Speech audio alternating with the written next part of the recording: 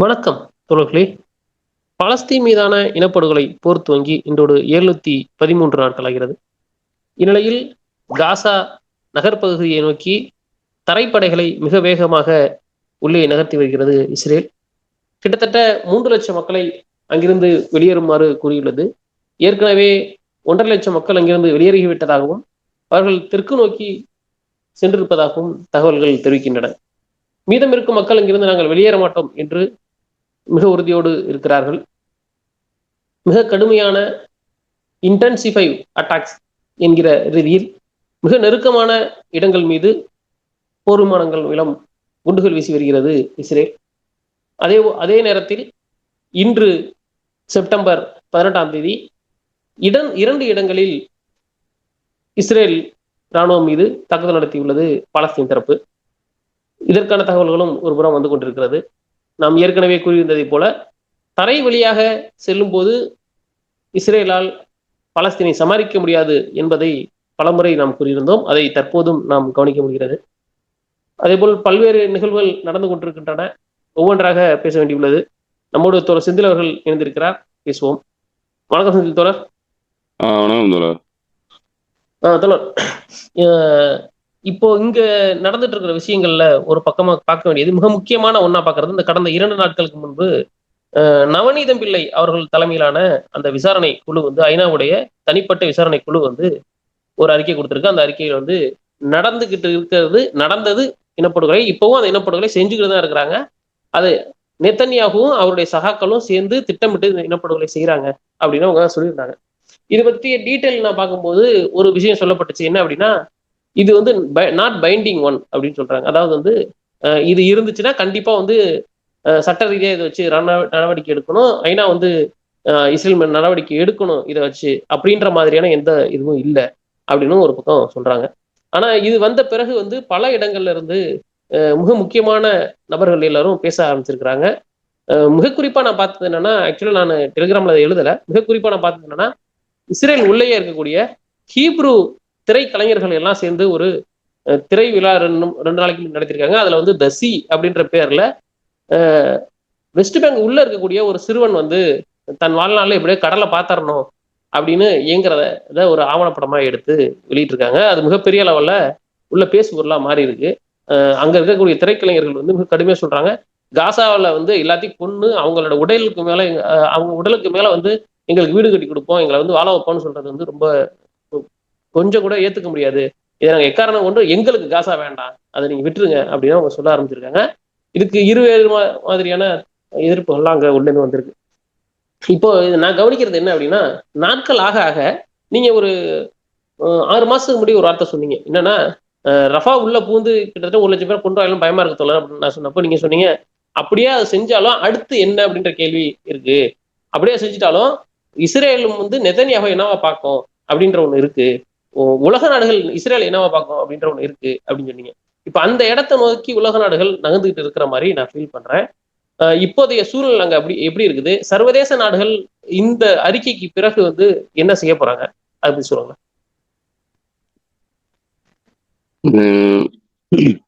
அதாவது இப்போ இந்த ஹியூமன் ரைட்ஸ் குரூப்ஸ், யுனைடெட் நேஷன்ஸினுடைய ஹியூமன் ரைட்ஸ் ஆர்கனைசேஷன்ஸ் ஒரு ரிப்போர்ட் கொடுத்துருக்குறாங்க. அதுல அவங்க உறுதிப்படுத்தி சொல்லியிருக்கிறாங்க. ஒரு 12 ஆர்கனைசேஷன்ஸ் நினைக்கிறேன். இந்த 12 ஆர்கனைசேஷன்ஸ் வந்து என்ன ரிப்போர்ட் கொடுத்துருக்காங்கன்னா, நடக்கிறது இனப்படுகொலைங்கிறத கன்ஃபார்ம் பண்ணி அவங்க எங்களுடைய இதெல்லாமே எக்ஸ்பர்ட் குரூப்ஸ் ஸோ ஆய்வு பண்ணதுல நடக்கிறது இனப்படுகொலைங்கிறத உறுதியா சொல்றாங்க. அதை ரெக்கமெண்ட் பண்ணியிருக்கிறாங்க யுனைடெட் நேஷன்ஸுக்கு. ஸோ யுனைடெட் நேஷன்ஸினுடைய செக்ரட்டரி ஜெனரல் அந்தோனியோ குத்தரஸ் வந்து இது வரைக்கும் இது நடக்கிறது இனப்படுகொலைங்கிறத அவர் பேசவே இல்லை. அவர் ஒரு வெஸ்டோட பப்பட்டா தான் வந்து இயங்கிட்டு இருக்கிறாரு. ஒரு நியூட்ரலா வந்து அவர் இல்லைங்கிறது கிளியரா தெரியுது. பயஸ்டு பர்சனா தான் இருக்கிறாரு Antonio Guterres. So Antonio Guterres வந்து இதை இன்னும் ஏத்துக்கல. யுனைடெட் நேஷன்ஸ் வந்து இன்னும் ஏத்துக்கிற மாதிரி தெரியல. அதுதான் முக்கியமான விஷயம். ஆனா இந்த எக்ஸ்பர்ட் குரூப்ஸ் வந்து இப்ப சொல்லியிருக்கிறாங்க, நவநீதம் பிள்ளையினுடைய ஆர்கனைசேஷன் உட்பட எல்லாருமே இப்ப சொல்லியிருக்கிறாங்க, அவங்க வந்து உறுதியா சொல்லியிருக்கிறது நடக்கிறது இனப்படுகொலை அப்படின்ட்டு. ஸோ அதுதான் இப்போ வந்திருக்கிற இந்த முக்கியமான விஷயம். இது தொடர்பா வந்து சர்வதேச அரங்குல என்ன மாதிரியான விளைவுகள் ஏற்படும்னா 2 வருஷமா நடக்கிறது இனப்படுகொலைங்கிறது பல்வேறு நாடுகள் பேசுனதுதான்.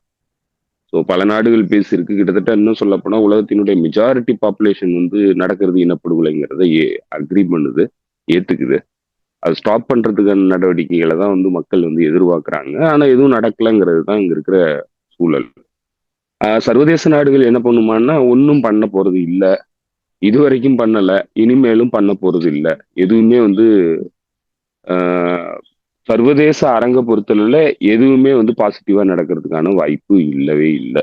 அதுதான் இருக்கிற நிலைமை. நம்ம அது மாதிரி எதிர்பார்த்து ஏமாறக்கூடாது. ஏன்னா ஒரு காலத்துல ஈழ இனப்படுகொலை நடக்கும்போது அது மாதிரி எதிர்பார்த்து ஏமாந்த இனமா தான் தமிழ் இனம் வந்து இருந்திருக்கு. ஸோ அதனால பெருசா ஒன்றும் எதிர்பார்க்க முடியாது. சர்வதேச அரங்கத்தை பொறுத்தளவுல எதுவுமே வந்து நடக்காது. இதை வந்து என்ஃபோர்ஸ் பண்ணி தான் வந்து ஸ்டாப் பண்ண முடியும். என்ஃபோர்ஸ் பண்றதுக்கான மெக்கானிசம் இன்னைக்கு சர்வதேச அரங்குல இல்ல. எந்த நாடுகளும் முன் வந்து அதை பண்றதுக்கு தயாரா இல்லை. கேப்பபிளான நாடுகள் முன் வந்து பண்றதுக்கு தயாரா இல்லை. ஏன்னா நடக்கிறது யாருக்கும் யாருக்குமான சண்டையா நடக்குதுன்னா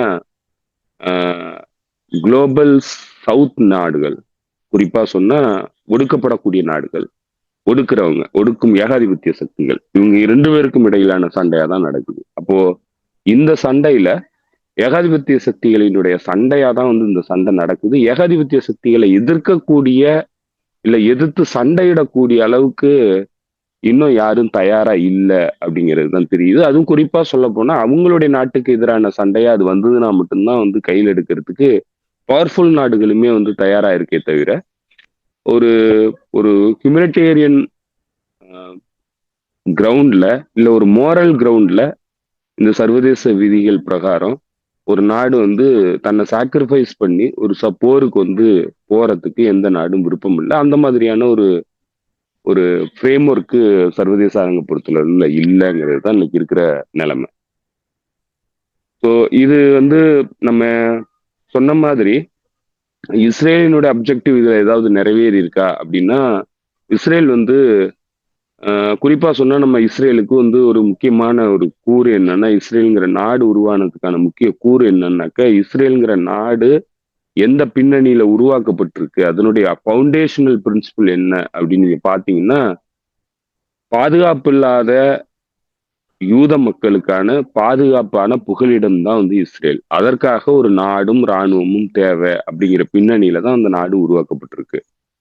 அதுதான் அதனுடைய ஃபவுண்டேஷனல் பிரின்சிபிள். அப்ப இஸ்ரேல்ல வாழக்கூடிய யூத மக்கள் அவங்க வந்து உலக நாடுகள்ல பாதுகாப்பு இல்லாத சூழ்நிலையில வாழ்ந்ததுனால, நூற்றாண்டுகளா பாதுகாப்பு இல்லாத சூழ்நிலையில வாழ்ந்ததுனால அவங்களுக்கான பாதுகாப்புங்கிறது ஒரு ஸ்டேட் ஸ்ட்ரக்சருக்குள்ளதான் வந்து ஒரு இராணுவத்தின் மூலமா தான் பாதுகாப்பை உறுதிப்படுத்த முடியும் அப்படிங்கிற இடத்துலதான் இந்த ஜைனிஸ்ட் மூவ்மெண்டா இருந்த அமைப்புகள் இதை வந்து அவங்க ப்ரப்போஸ் பண்ணாங்க யூத மக்களுக்கு. யூத மக்கள் அதை ஏத்துக்கிட்டதுனால இந்த நாடு வந்து உருவாக்கப்பட்டுச்சு. இது வந்து இன்னொரு நாட்டினுடைய மக்களினுடைய நிலப்பரப்பை பிடுங்கி உருவாக்கப்பட்டது. ஆனா அந்த ஃபவுண்டேஷனல் பிரின்சிபல் என்ன பின்னணியில இந்த மக்கள் வந்து இந்த நாட்டுடைய கட்டுப்பாட்டுக்குள்ள வந்தாங்க, இந்த நாட்டுக்கு ஏன் வந்தாங்க அப்படிங்கிற அந்த ஃபவுண்டேஷனல் பிரின்சிபல் அக்டோபர் 7ஆம் தேதி உடஞ்சு போச்சு. அப்ப இந்த நாடு பாதுகாப்பான நாடு இல்லைங்கிறது இன்னைக்கு 100% அங்க இருக்கிற மக்களுக்கு தெரியும். அப்போ அவங்களுடைய அடிப்படை ஃபவுண்டேஷனல் பிரின்சிபல் வந்து கம்ப்ளீட்டா இன்னைக்கு உடஞ்சிருச்சு. இது இந்த நாடும் பாதுகாப்பான நாடு இல்லை, இந்த நாடு தொடர்ந்து பாதுகாப்பான நாடா இருக்க போறதும் இல்லை. அப்படிங்கிறப்போ அவங்க என்ன பின்னணியில இந்த நாட்டுக்கு வந்து குடியுரிமை வாங்கி வந்தாங்களோ அது இன்னைக்கு இல்லை. அப்புறம் எப்படி இந்த நாடு வந்து தொடர்ந்து இதை ஏன் வந்து கீப் அப் பண்ணுது, எந்த பின்னணியில இந்த நாடு வந்து தொடர்ந்து இந்த போரை வந்து நடத்தி கொண்டு போகுது? ஏன்னா ஃபவுண்டேஷனல் பிரின்சிபலை கம்ப்ளீட்டா உடைச்சிட்டு தான் இப்ப இந்த நாடு போர்ல வந்து செயல்பட்டுக்கிட்டு இருக்கு. இது வந்து சர்வதேச அளங்குல தன்னை ஐசோலேட் பண்றதுக்கான எல்லா நடவடிக்கைகளையும் பண்ணி ஒரு இனப்படுகொலையை பண்ணி உலகம் முழுக்க வெறுப்பை உருவாக்கி அந்த நாட்டின் மீதான வெறுப்பை வந்து உலகம் முழுக்க உருவாக்கி இருக்கு. இன்னைக்கு எந்த நாட்டுக்கும் வந்து இஸ்ரேலியர்கள் எந்த வெறுப்பும் இல்லாம போக முடியாது.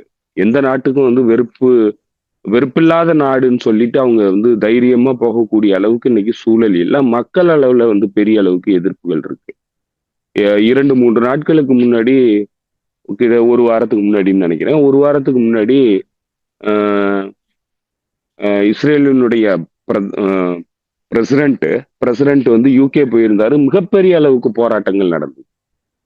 போர் கிரிமினலை வந்து அலோவ் பண்ணக்கூடாதுன்னு சொல்லி மிகப்பெரிய போராட்டம் நடந்தது. யூகே டிகிளாசிஃபைடு யூகேங்கிற செய்தி சேனல் வந்து நேரடியாவே வந்து வார் கிரிமினல், நீ வந்து வார் கிரிமினல், உனக்கு எப்படி வந்து இங்க அனுமதி கொடுத்தாங்க பிரைம் மினிஸ்டர், நீ ஏன் வந்து நீ எப்படி வந்து அவனை வார் கிரிமினலை மீட் பண்றன்னுலாம் வந்து கோஷம் எழுப்பி அந்த ரிப்போர்ட்டர் வந்து கேட்டாரு மில்லர்.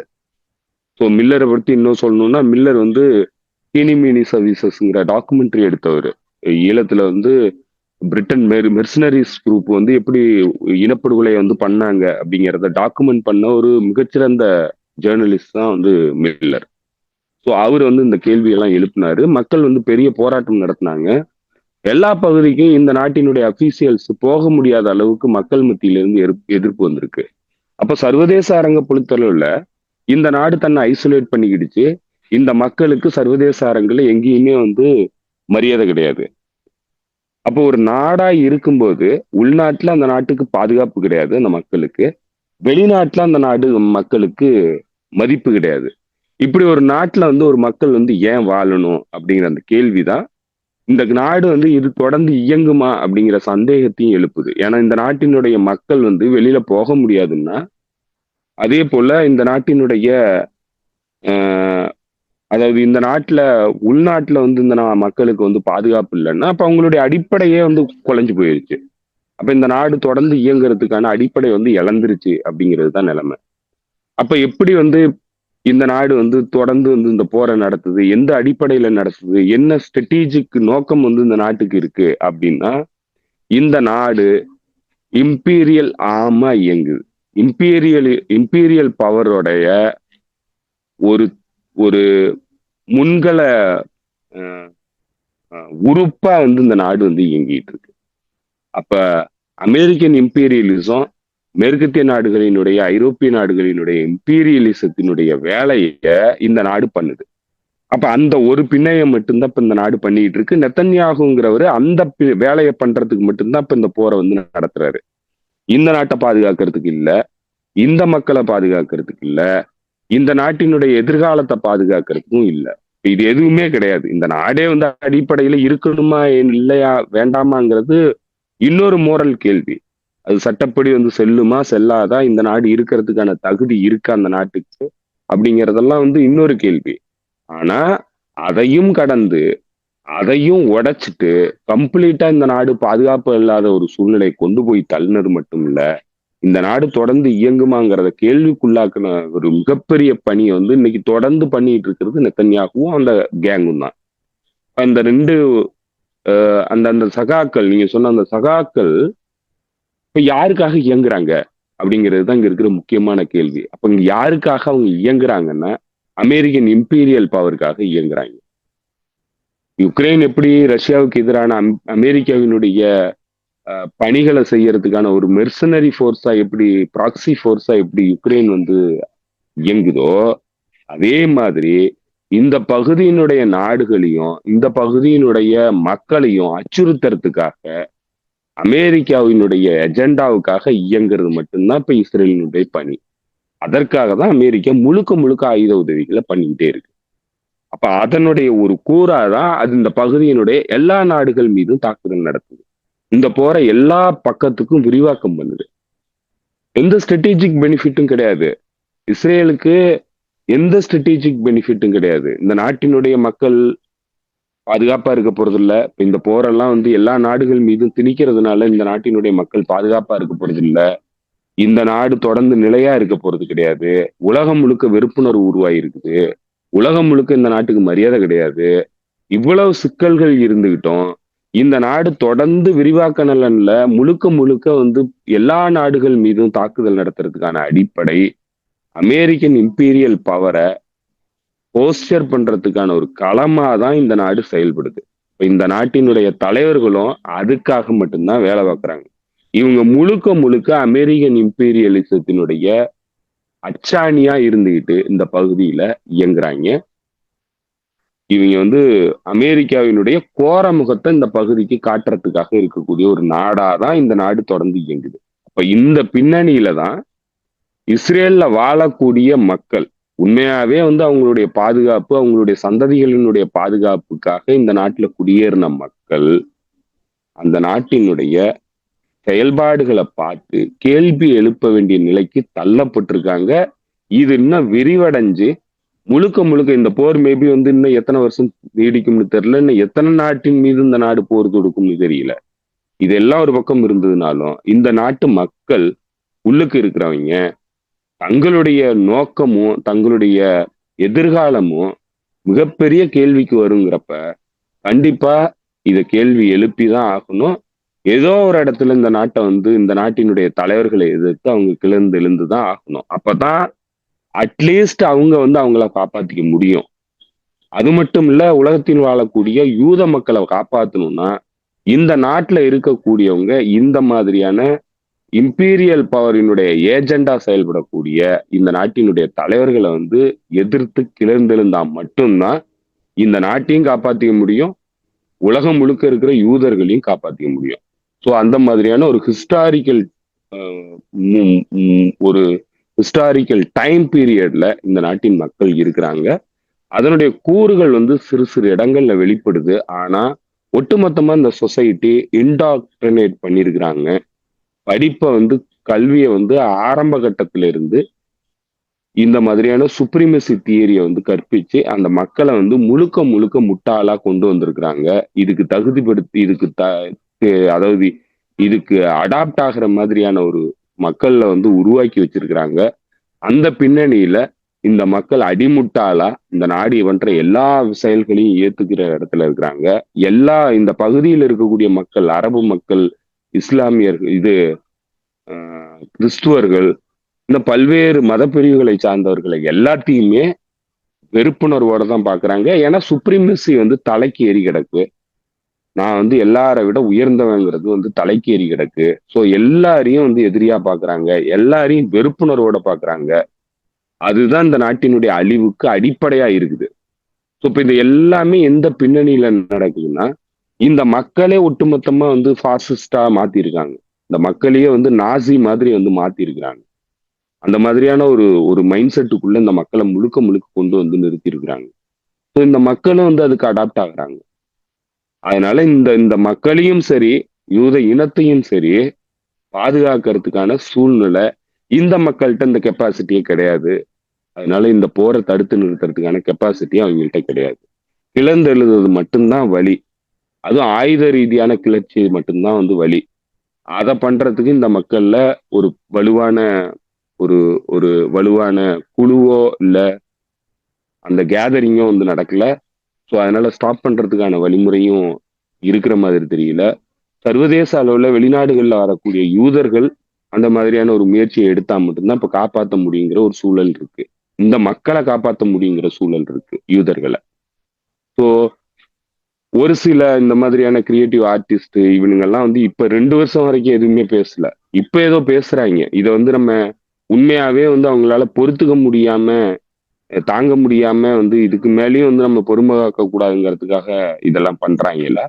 இல்ல இதுக்கு ரொம்ப மோசமா போயிடுச்சு, இதுக்கு மேல நமக்கு வந்து பெரிய பாதிப்பாகும், நம்ம வந்து உலகத்துல எங்கேயுமே போக முடியாது, அந்த மாதிரியான அச்சுறுத்தல் வந்துருச்சு, அதனால அட்லீஸ்ட் நம்மளுடைய பாவத்தை வந்து தீர்த்துப்போம் அப்படிங்கிறதுக்காக பேசுறாங்களான்னு தெரியல. எது எப்படி இருந்ததுனாலும் இந்த மக்கள் மீது விழுந்த கரைங்கிறது காலாகாலத்துக்கு நீடிக்க போறது. இது மிகப்பெரிய பின்விளைகளை ஏற்படுத்தும். ரெண்டாவது, இங்க இருக்கிற தலைவர்களும் இந்த நாடும் செயல்படுற விதம் இந்த நாட்டுக்கு நன்மை பயக்கிறதுக்காக அது செயல்படல. அது அமெரிக்காவினுடைய எக்ஸ்பான்சன் இல்ல குளோபல் பிரைமசியை வந்து பாதுகாக்கிறதுக்காக மிகப்பெரிய போர்ல வந்து இந்த நாடு வந்து ஈடுபட்டு இருக்கு. இது இந்த நாட்டுக்கு பாதுகாப்பானது கிடையாது. இந்த நாடு வந்து அழியறத தவிர வேற வழியே இல்லைங்கிற சூழ்நிலைய இந்த நாடே வந்து உருவாக்குது, இந்த தலைவர்கள் உருவாக்குறாங்க. ஸோ அதனால இதை நீங்க பாத்தீங்கன்னா நெத்தன்யாகு ஒரிஜினலாவே அமெரிக்காவினுடைய கையாளா தான் இந்த நாட்டுல வந்து நியமிக்கப்பட்ட பிரதமரா இருக்கிறாருங்கிறது தான் நம்ம பார்க்கணும். அந்த ஆள் தான் வந்து இருந்துகிட்டு அமெரிக்காவினுடைய ஆதிக்க நலனுக்காக தன்னுடைய நாட்டையும் தன்னுடைய மக்களையும் பணையம் வச்சுக்கிட்டு இருக்கிறான் அப்படிங்கிறது தான் நம்ம இதுல புரிஞ்சுக்கணும். நீங்க சொன்னதுல வந்து அந்த இன்னொரு விஷயத்த நான் கொஞ்சம் ஆழமாக கவனிக்கணும்னு நினைக்கிறேன். அதாவது வந்து அந்த திரைத்துறை நபர்கள் எல்லாரும் வந்து கிளம்பி வந்து ஒரு இது பேசினது, அதாவது வந்து உள்ளுக்குள் டெல் அவிவ்ல நடந்த அந்த நிகழ்வு. ஏன்னா அந்த நிகழ்வு நடக்கிற அதே சமகாலத்துல வந்து நம்ம 18ஆம் தேதி பேசியிருக்கோம். 17ஆம் தேதி வந்து நடந்ததுல, இங்கிலாந்துல நடந்ததுல மிகப்பெரிய அளவுல ஹாலிவுட் திரைக்கலைஞர்கள் எல்லாம் ஒன்னா சேர்த்து பேச வச்சிருக்கிறாங்க. அது அவங்க பேசுனது, அதுக்கப்புறம் வந்து புகழ்பெற்ற விளையாட்டு வீரர்கள் மாதிரியான அவர்கள் பேசுறது, இதெல்லாம் ஒரு விதமான இறுக்கத்தையும் பிரச்சனையும் அவங்க கொண்டு வருது அப்படின்றத நம்மளால பார்க்க முடியுது. நம்ம இன்னும் ஒண்ணு மிக முக்கியமா என்னன்னா, அங்க ஒரு நாங்க ஸ்டார்ட் அப்போட ஹெவனா வச்சிருந்தோம் டெல்லவிவா, நீங்க எல்லாத்தையும் கெடுத்துட்டீங்க அப்படின்னு அங்க உள்ளுக்குள்ளேயே அந்த பிரச்சனை வருது. ஸோ இப்போ இது வந்து அந்த மக்களுக்காக இவங்க செய்யறாங்களோ இல்லையோ, தங்களுடைய வாழ்வாதாரம் வந்து பாதிக்கப்படுது. இத்தனை நாளா நமக்கு வந்துட்டு இந்த ஃப்ளோ வந்து ஃபண்ட் ஃப்ளோ வந்து தேங்க ஆரம்பிக்குது. அதே போல மைக்ரோசாஃப்ட் மாதிரியான நிறுவனங்கள், கூகுள் மாதிரியான நிறுவனங்கள் இது வந்து இது கூட வந்து கம்ப்ளிசிட் ஆயிடுச்சு இந்த ஜெனசைட்லன்னு சொல்லி எதிர்ப்பு வர்றது. சின்ன சின்ன நிறுவனங்கள் வந்து இதாகிறது. இதுல மிக முக்கியமா வந்து அவங்க மேட் இன் இஸ்ரேல் அப்படின்ற பொருளை வாங்கக்கூடாது அப்படின்றது மிகப்பெரிய அளவு உலகம் பூரா போய் சேர்ந்துருச்சு. நல்லாவே போய் அழுத்தமா போய் சேர்ந்துருச்சு. அது வந்து நான் உட்பட அதை வந்து தேடி தேடி தான் ஒரு கடையில போய் இதை பொருள் வாங்கினா கூட அதை செக் பண்ணிட்டு தான் இது வந்து இஸ்ரேலோட இல்லை, இது வந்து இந்த ஜெனசைடுக்கு உதவல அப்படின்றத பார்த்துட்டு தான் பொருள் வாங்குறேன். ஸோ இப்போ நம்மள மாதிரி நிறைய பேர் இருக்கிறாங்க. அது வந்து மிக முக்கியமான ஒரு தாக்கத்தை இஸ்ரேல்களை கொண்டு வந்துருச்சு அப்படின்றது கடந்த ஒரு வாரமா எல்லாரும் பேசுறத கவனிக்க முடியுது. ஸோ தங்களை காப்பாற்றிக் கொள்வதற்காகத்தான் இப்போதைக்கு வந்து இவங்க திடீர்னு கிளம்பி வந்து பாலஸ்தீனுக்காக பேசுறாங்கன்றது நம்மளால கவனிக்க முடியுது. அதாவது இஸ்ரேல் உள்ள இருக்கிறவங்க. இதுல அடுத்து வந்து தோஹால நடந்த அந்த கூட்டம், இஸ்லாமிய நாடுகள் எல்லாத்தையும் ஒன்னா கூப்பிட்டு பேசினாங்க. பேசுனதுல வந்து வழக்கம் போல அது ஏற்கனவே தெரிஞ்சது, அவங்க பேச போறாங்கன்னு தெரிஞ்சோடனே இது ஒன்றும் பல்லு இல்லாத ஒரு இதாக தான் இருக்க போகுது அப்படின்னு நமக்கு ஏற்கனவே தோணுச்சு. அப்படிதான் நடந்திருக்கு. நடந்து முடிஞ்சதுல வந்து 2 ஸ்டேட் சொல்யூஷனை வந்து நாங்கள் ஏத்துக்கிறோம், அப்படி இது நடக்கணும் அப்படின்னு நாங்கள் தீர்மானம் போட்டதை ஈரான் எதிர்த்திருக்கு. நீங்க 2 ஸ்டேட் சொல்யூஷன் அப்படின்ற ஒன்று வாய்ப்பே கிடையாது, ஒரே பாலஸ்தீன் தான், நீங்க இஸ்ரேல் அப்படின்ற ஒரு நாடை வச்சு நாங்கள் ஒத்துக்க மாட்டோம், அது வந்து எக்காரணம், அது வந்து ஜியோனிஸ்ட் என்டிட்டியோடது, அது இங்க இந்த இந்த பிராந்தியத்துல இருக்கும்போது இருக்கிற வரைக்கும் நமக்கு ஆபத்து தான், அந்த இதே இருக்கக்கூடாதுன்னு அவங்க ரொம்ப தெளிவா சொல்லியிருக்கிறாங்க. இதுல இன்னும் ஒரு தகவல் வந்து எல்லா இடத்துலயும் பரவலாக சொல்லப்பட்டது என்னன்னா, எகிப்து வந்து ஒரு பிளான் பண்ணிட்டு இருக்குது. நேட்டோ அவங்களுக்கு வெஸ்ட்ல எப்படி நேட்டோன்னு வச்சிருக்காங்களோ அது போல இங்க ஒன்று பிளான் பண்றாங்க அப்படின்னு. அதுவும் கடைசியில எந்த ஒரு இதுவும் இல்லாம உபயோகமும் இல்லாம போயிடுச்சு. இப்போ இந்த இதுல நடந்ததுல ஏதாவது அட்லீஸ்ட் ஒரு பாயிண்டாவது உபயோகமா இருக்கா அப்படின்னு நான் தெரிஞ்சுக்கணும் ஆசைப்படுறேன் இந்த ஓஎஸ்சி கொடுத்தல. ஒண்ணுமே இல்ல, நத்திங் பர்கர். நம்ம ஏற்கனவே சொன்ன மாதிரி தான், இவனுங்களால என்ன பண்ண முடியும், இல்ல என்ன பண்ண போறானுங்க, இதுல என்ன ஃப்ரூட்ஃபுல் ரிசல்ட் வரப்போகுதுன்னா ஒன்றும் வரப்போறது இல்லைங்கிறது நமக்கு தெரிஞ்சதுதான். அதனால ஏதோ உட்கார்ந்து பேசி அவனுங்களே அறிக்கையை விட்டுக்கிட்டானுங்க, அது இதுன்னு ஒட்டுமொத்தமா வந்து இந்த இந்த ஒட்டுமொத்த இதுலயுமே வந்து அவனுங்க என்ன பண்ணிருக்கிறானுங்கன்னா கண்டம்னேஷன் பண்ணிருக்கிறானுங்க, கண்டிச்சிருக்கிறானுங்க. இஸ்ரேலை வந்து கண்டிச்சிருக்கிறானுங்க, சுத்தி வளைச்சு கண்டிச்சிருக்கிறானுங்க. அவ்வளவுதான் பண்ணிருக்கிறானுங்க. அது சுத்தி வளைச்சு கண்டிக்கிறதுக்கு எதுக்கு இவ்வளவு பெரிய கூட்டம் போட்டானுங்கன்னு தான் தெரியல. ஸோ அதனால பூரா தியேட்ரிக்கலா தான் வந்து பண்ணிருக்கிறானுங்க. எல்லாருமே வந்து இதுல கூட்டுக்கலவாணிகளா தான் இருக்கிறானுங்க. ஸோ அதனால அரபு நாடுகள்ல இருந்து எந்த உதவியும் வந்து இந்த மக்களுக்கும் சரி, இல்ல இந்த பகுதிக்கும் சரி, எந்த நன்மையும் வரப்போறது இல்ல. இங்க இருக்கிறவனுங்க எல்லாரும் அரசாங்கத்தை தன்னுடைய சொத்துக்களை காப்பாத்திக்கிறதுக்காகத்தான் வந்து இருக்கிறானுங்களே தவிர, இந்த மக்களுக்காகவோ இந்த நாட்டினுடைய நலன் சார்ந்தோ வந்து இயங்கிறதுக்கு அவனுங்க தயாரா இல்ல. அதனால இவனுங்க கூடி பேசி என்ன பண்ணுவானுங்கன்னா ஒன்னும் பண்ண மாட்டானுங்கிறது எல்லாரும் எதிர்பார்த்ததுதான். அதுதான் நடந்து முடிஞ்சிருக்கு. ஒன்னும் பண்ணல. இன்னும் சொல்ல போனா இது எப்படி தாக்குதல் நடந்தது, எங்க இருந்து தாக்குதல் நடந்ததுங்கிறதே இவனுங்களுக்கு தெரியல. அப்ப இவனுங்களுடைய கண்ட்ரோலே இவனுங்கள்ட்ட இல்ல. இவனுங்களுடைய எல்லை வந்து இவனுங்களுக்கு கட்டுப்பாட்டுல இல்ல. அமெரிக்கா தான் இவனுங்களை முழுக்க முழுக்க கட்டுப்படுத்துது. அமெரிக்காவினுடைய டிஃபென்ஸை நம்பி தான் இருக்கிறானுங்க. இது என்னன்னா ப்ரொடெக்ஷன், ஒரு டானு கிட்ட ப்ரொடெக்ஷன் மைனி கொடுத்துட்டு காசை கொடுத்துட்டு ப்ரொடெக்ஷன் பண்றதுக்கு டானு கிட்ட பொறுப்பு ஒப்படைச்சிருக்கிறானுங்க பாதுகாக்கிறதுக்கு. அவன் டானே வந்து தாக்குதல் நடத்துறான். அப்ப நீங்க என்ன பண்ணுவீங்க, யார்கிட்ட போய் நிப்பீங்க? ஒரு ஒரு பெரிய ரவுடி கிட்ட வந்து என்னுடைய கடைக்கு பாதுகாப்பு நீ கொடு அப்படின்னு சொல்லிட்டு நம்ம வந்து மாசம் மாசம் பணத்தை கொடுத்துக்கிட்டு இருக்கிறோம். அவன் டானே ஒரு ஆளை வச்சு அடிக்கிறான்னா கடைய, அப்ப அதுல இருந்து யாரு காப்பாத்துறது? யாரும் காப்பாத்த போறது இல்ல. இப்ப நான் யாரை போய் என்னால தாக்க முடியுமா? எதுவும் பண்ண முடியாது. அதுதான் இன்னைக்கு இருக்கிற இந்த அரபு நாடுகளினுடைய நிலை. ஸோ எவனும் எதுவும் பண்ண மாட்டான், எவனும் எண்ணவும் முடியாது. ஏன்னா எல்லாரும் அவனை நம்பிதான் உட்கார்ந்து இருக்கிறானுங்க. அமெரிக்கா வந்து அவனுடைய ஆயுதங்களை வந்து ஸ்டாப் பண்ணி வச்சுட்டான்னாக்க இவனுங்களால என்ன பண்ண முடியும்? இவனுங்க என்ன தாக்குதல் நடத்த முடியும்? இவனுங்கள்ட்ட இண்டிஜினியஸா என்ன இருக்கு? இன்னும் சொல்ல போனா படை வீரர்களே இவனுங்கள்ட்ட கிடையாது. இப்ப கத்தார் கிட்ட எல்லாம் படை வீரர்களே கிடையாது. இவனுங்க என்னத்த தாக்குதல் நடத்த போறானுங்க? இவனுங்கள்ட்ட என்ன வெப்பன் வச்சிருக்கிறானுங்க? எல்லாம் அமெரிக்காவினுடைய வெப்பன். ஸோ அமெரிக்கா வந்து இப்போ அந்த ஈயம் பித்தாளைக்கு போடுற மாதிரி பழைய இரும்பு ஜாமானெல்லாம் கொண்டுட்டு வந்து இங்க வந்து வெப்பன்னு சொல்லி வச்சிருக்கிறான். இவனுங்க அதை நம்பிக்கிட்டு உட்காந்துருக்கிறானுங்க. இவனுங்களுக்கு அதை செக் பண்றதுக்கான நாலேஜும் கிடையாது, அதை யூஸ் பண்றதுக்கான நாலேஜும் கிடையாது. எல்லாத்துக்கும் ஆள் அவனுங்க அங்கிருந்து தான் கொண்டு வந்திருக்கானுங்க.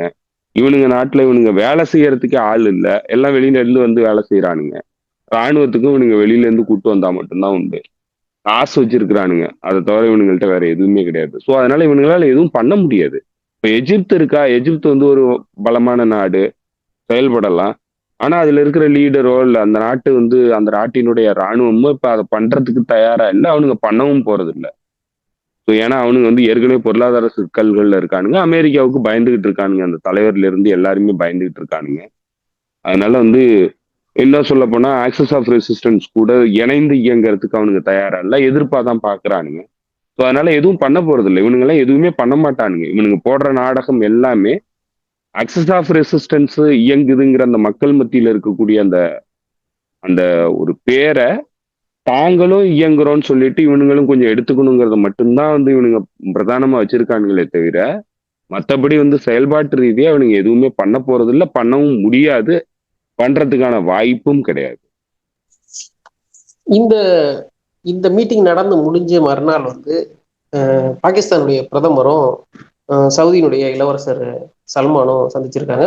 அக்ரிமெண்ட் ஒன்று கையெழுத்தாயிருக்கு. அந்த அக்ரிமெண்ட் அப்படின்றது வந்து இரு நாடுகளுக்கும் ட்ரீட்டி அக்ரிமெண்ட் அப்படின்னு சொல்றாங்க. ரெண்டு நாடு மீதும் தாக்குதல் நடந்துச்சு அப்படின்னா இன்னும் மற்ற நாடும் வந்து ஒரு நாடு மேல தாக்குதல் நடந்தா இன்னொரு நாடும் வந்து அதுக்கு பதிலடி கொடுக்கலாம். ரெண்டு நாடுகள் மேலேயும் தாக்குதல் நடத்துற மாதிரி தான் அர்த்தம் அப்படின்னு சொல்லப்பட்டது. அதுக்கப்புறமேல அது ஒரு சாதாரண விஷயமா தான் இருந்துச்சு. திடீர்னு இன்னைக்கு காலையில வந்து இந்திய தரப்புல இருந்து வெளியுறவுத்துறை வந்து ஒரு அறிக்கை விட்டுருக்கு. இதை நாங்க ரொம்ப கவனமா பாக்குறோம். இது வந்து ஒரு கவலைக்கக்கூடிய, அதாவது ஒரு we are concerning about this one அப்படின்ற மாதிரி அவங்க சொல்லியிருக்காங்க.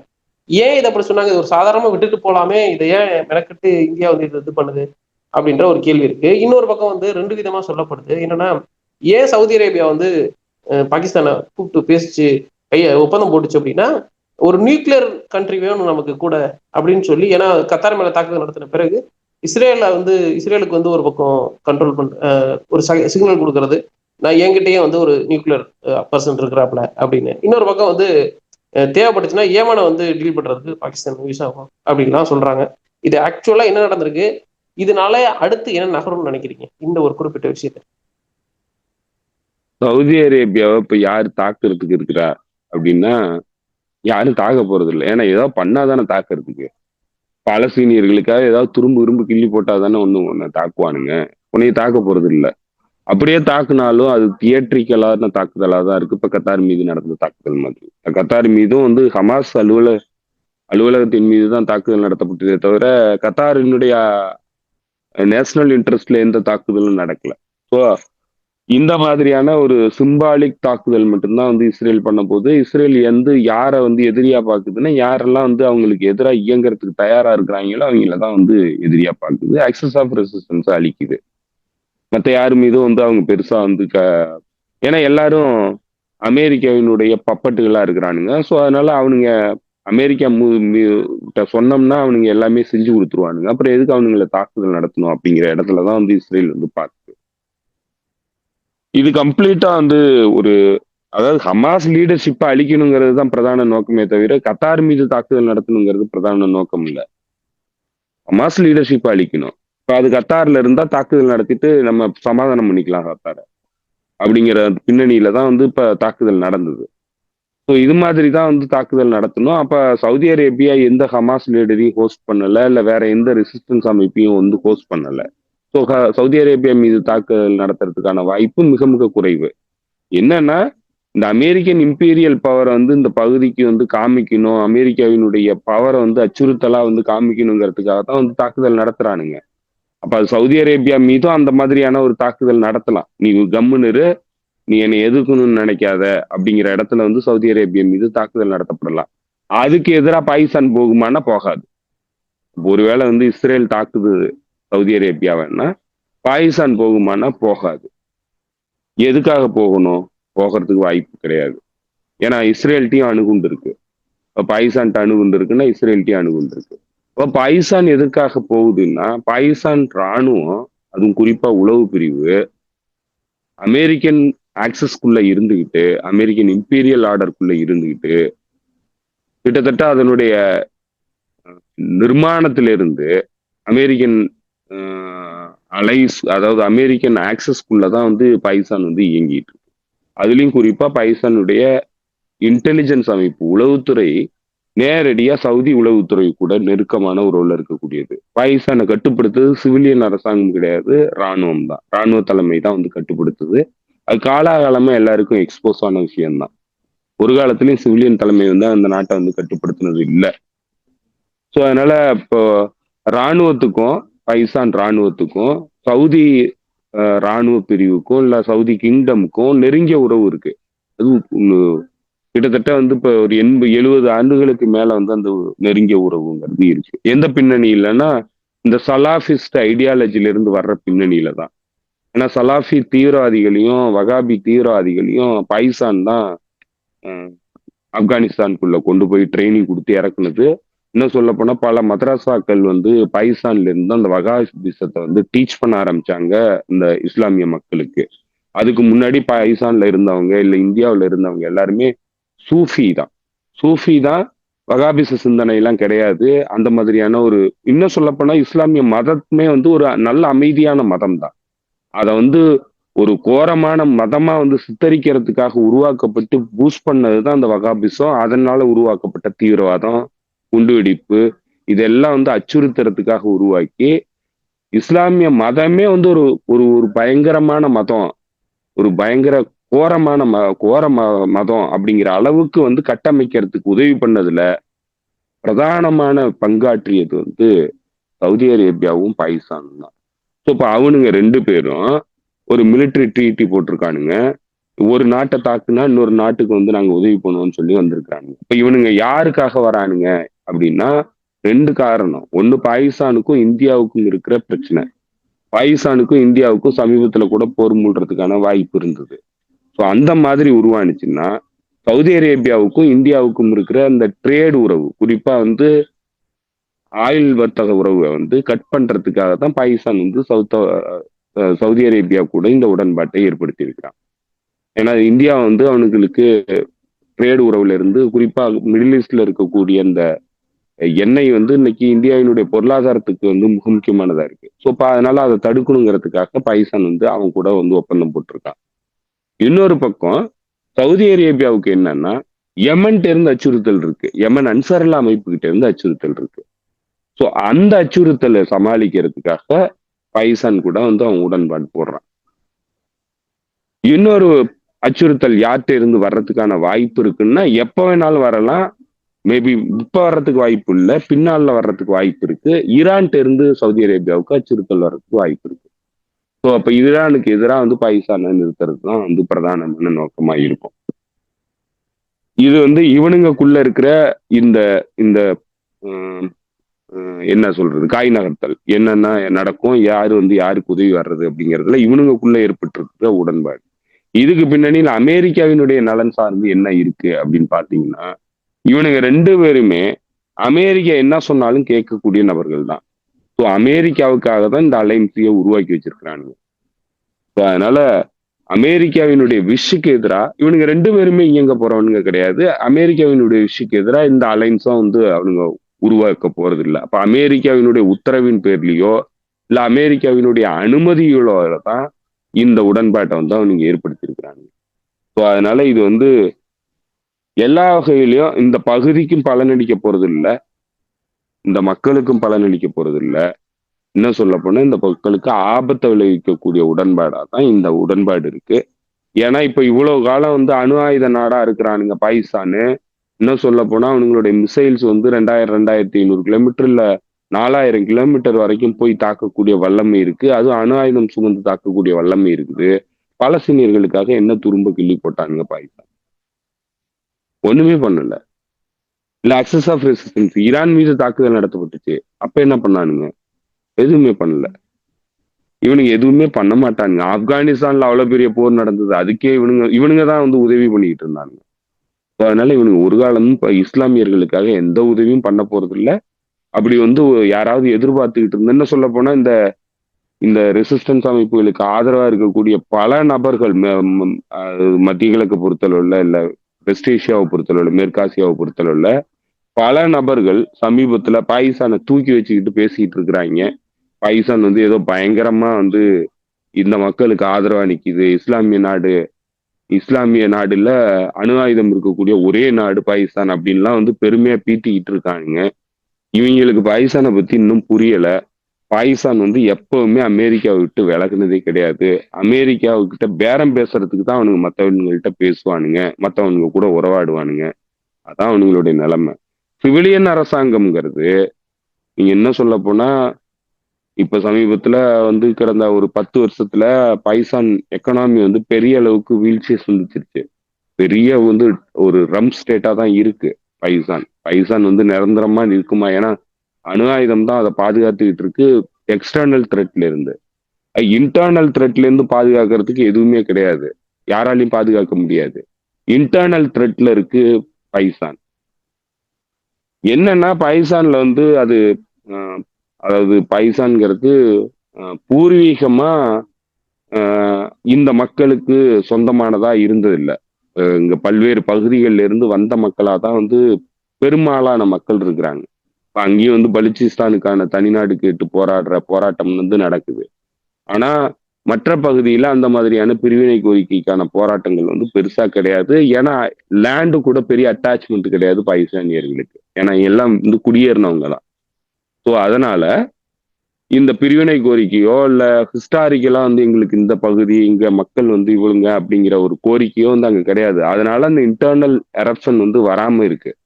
அது சிவில் அண்ட்ரஸ்டா இல்ல வேற ஒரு ஒரு கட்டுமானமா வந்து போகும், அப்பயும் வந்து ராணுவம் கட்டுப்படுத்துங்கிற நிலை தான் இருக்கு. ஸோ அதனால இன்டர்னலி அந்த நாடு வந்து கொலாப்ஸ் ஆகிறத பாதுகாக்கிறதும் ராணுவமா இருக்கு, எக்ஸ்டர்னலி கொலாப்ஸ் ஆகிறத பாதுகாக்கிறதும் ராணுவமா இருக்கு. ஆனா பொருளாதார ரீதியா மிகப்பெரிய கொலாப்ஸை சந்திச்சிருக்கு. இப்ப அதை சரி பண்றதுக்காகத்தான் இம்ரான்கான் வந்து சிவிலியன் அரசாங்கத்தை உருவாக்கி சைனா கூட வந்து உறவுகளை ஏற்படுத்தினது. இவனுங்களுடைய வீழ்ச்சிக்காக. இவனுங்களுக்கு ஏன் அந்த வீழ்ச்சி ஏற்பட்டுச்சுன்னா ரிசோர்சஸ் இல்லாமலாம் இல்ல, ரிசோர்சஸ் எல்லாம் இருக்கு. இவனுங்க அமெரிக்காவினுடைய அடிமையா தான் இருந்தானுங்க, ப்ராக்சியா இருந்தானுங்க. அமெரிக்கா என்ன சொன்னாலும் கேட்டுக்கிட்டு இருந்தானுங்க. அதனாலதான் வந்து அவனுங்களுடைய பொருளாதாரம் வீழ்ச்சியை சந்திச்சுட்டு. ஆனா அதை பாதுகாக்கிறதுக்காக சிவிலியன் அரசாங்கத்துல வந்த இம்ரான்கான் வந்து சைனா வந்து மிக முக்கியமான வளர்ச்சியை நோக்கி போயிட்டு இருக்கு, ரொம்ப முக்கியமான நாடா இருக்குது, பக்கத்துல இருக்குது. ரெண்டாவது அது வந்து இன்ஃப்ராஸ்ட்ரக்சர் டெவலப்மெண்ட்டுக்கு காசு கொடுக்குதுங்கிறதுக்காக அவங்க கூட உறவுகளை ஏற்படுத்தினானுங்க. சைனாவுக்கும் இந்த பகுதியில வந்து பாகிஸ்தான் வந்து பாதுகாக்கணுங்கிற ஒரு ஒரு ஸ்ட்ராட்டஜிக் நோக்கம் இருக்கு. ஏன்னா தன்னுடைய எல்லைக்கு வந்து வந்துடக்கூடாதுங்கிறதுனால. ஸோ அதற்காக சைனா வந்து உதவி பண்ணுச்சு. ஸோ இப்ப இதெல்லாம் பண்ணதுனால இந்த நாடு பாதுகாக்கப்படுறதுக்கான வாய்ப்பு இருந்தது. அப்ப மீண்டும் என்ன பண்றாங்கன்னா, இப்ப இந்த மிலிட்டரி லீடர்ஷிப் என்ன பண்ணுதுன்னா, தன்னுடைய பழைய உறவுகளை புதுப்பிச்சு அமெரிக்கன் அலைஸ்குள்ள போறதுக்கான ஒரு நடவடிக்கையா தான் வந்து தொடர்ந்து இயங்கிட்டு இருக்கானுங்க. அதனுடைய ஒரு கூறா தான் வந்து இந்த நிகழ்வு நடந்திருக்கு. இது அமெரிக்காவுக்கு எதிர்ப்புக்கு எதிர்த்தோ இல்ல அமெரிக்காவினுடைய உத்தரவு இல்லாமலோ இது நடக்கலைங்கிறது உறுதியா நம்ம சொல்லலாம்.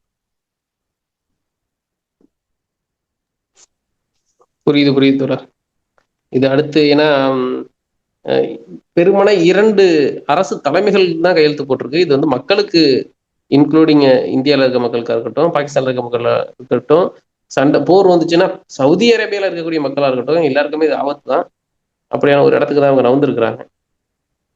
இதுல நான் இங்கேருந்து அடுத்து நான் கேட்க வேண்டியது வந்து ஒரு 4 days பிஃபோர் வந்து ஒரு இது பார்த்துட்டு இருந்தேன். அதுல வந்து ஸ்காட்ரட்டர் பேசும்போது இந்த இந்த இஸ்ரேல் நடத்திட்டு இருக்க இந்த போரை பத்தி பேசிட்டு இருந்தேன், கேட்கிறாங்க. அப்ப அவர் நிறைய டீல் சொல்லிட்டு இருந்தாரு. அதுல அவர் சொல்லும்போது சொல்றாரு, இத்தனை இடத்துல வந்து இஸ்ரேல் வந்து தாக்குதல் நடத்திட்டு இருக்கு, கிட்டத்தட்ட 6-7 இடங்கள்ல ஒரே நேரத்தில் தாக்குதல் நடத்துது. ஆனா அவங்க வெற்றி பெற்றது என்ன சொல்லுங்க நீங்க அப்படின்னு அவர் கேட்கிறாரு. அவங்க பெற்ற வெற்றின்றது ஒண்ணுமே கிடையாது. இன்க்ளூடிங் வந்து நீங்க தலைவர்களை கொன்னீங்க, இடத்தெல்லாம் நாசம் பண்ணீங்க, எல்லாம் கரெக்டு. இதெல்லாம் சொல்லிட்டே வரும்போது ரொம்ப பர்டிகுலரா ஒரு கேள்வி வருது ஹெஸ்புல்லா பத்தி. அப்ப அவர் சொல்றாரு, ஹெஸ்புல்லா இந்த நொடி வரைக்கும் தோக்கல, என்ன நடந்துச்சுன்னு நீங்க நல்லா பாருங்க. அதனுடைய தலைவரை கொண்டாங்க. ஆனா வந்து அவங்க இப்போ வரைக்கும் ஸ்டெடியா தான் ஃபீல்ட்ல நிக்கிறாங்க. இவங்களா தான் போய் அங்க நடந்த இதுல வந்து போய் சமாதானம் பேசிட்டு வந்தாங்க. டிஸ்ஆர்ம் பண்றேன்னு சொன்னாங்க.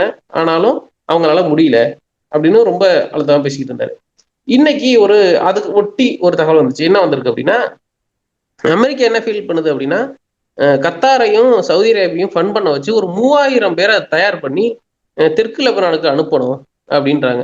தெற்கு லெபனானுக்கு அனுப்பணும்னா இவங்க அங்க போய் இஸ்ரேல் கூட சண்டை போடுவாங்களா அப்படின்னா கண்டிப்பா கிடையவே கிடையாது. அங்க போய் ஹெஸ்புல்லாவை சீண்டி அந்த ஆயுதங்களை ஒப்படைங்கன்னு சொல்ல போறாங்களோன்னு தோணுது. இது புதுசா இன்னும் ஒரு சிவில் வார் வர்றதுக்கான வாய்ப்பு அதிகமா இருக்கும் அப்படின்னு தோணுது. இது எப்படி பாக்குறீங்க? சிவில் வார அவாய்ட் பண்றத பிரதானமா வச்சிருக்கு ஹிஸ்புல்லா. அதனுடைய ரெட் லைனே வந்து சிவில் வார அவாய்ட் பண்றது தான். ஆனா சமீப காலங்கள்ல ஹிஸ்புல்லாவினுடைய ஜெனரல் செக்ரட்டரி சையத் நயீம் காசம் பேசும்போது அதுக்கும் தயாரா இருக்கிறோங்கிறத அவர் தெளிவுபடுத்திட்டாரு. ஸோ அதனால சிவில் வார் வந்துச்சுனாலும் அதை எதிர்கொள்றதுக்கு ஹிஸ்புல்லா தயாரா இருக்குது. ஏன்னா ரெட் லைன்ங்கிறது அதனுடைய வெப்பன் தான். அதுதான் சொல்லியிருக்கு. வெப்பனை எங்கள்கிட்ட இருந்து எப்பவுமே பிரிக்க முடியாது அப்படிங்கிறது தான் அவர் கடைசியா பேசினது.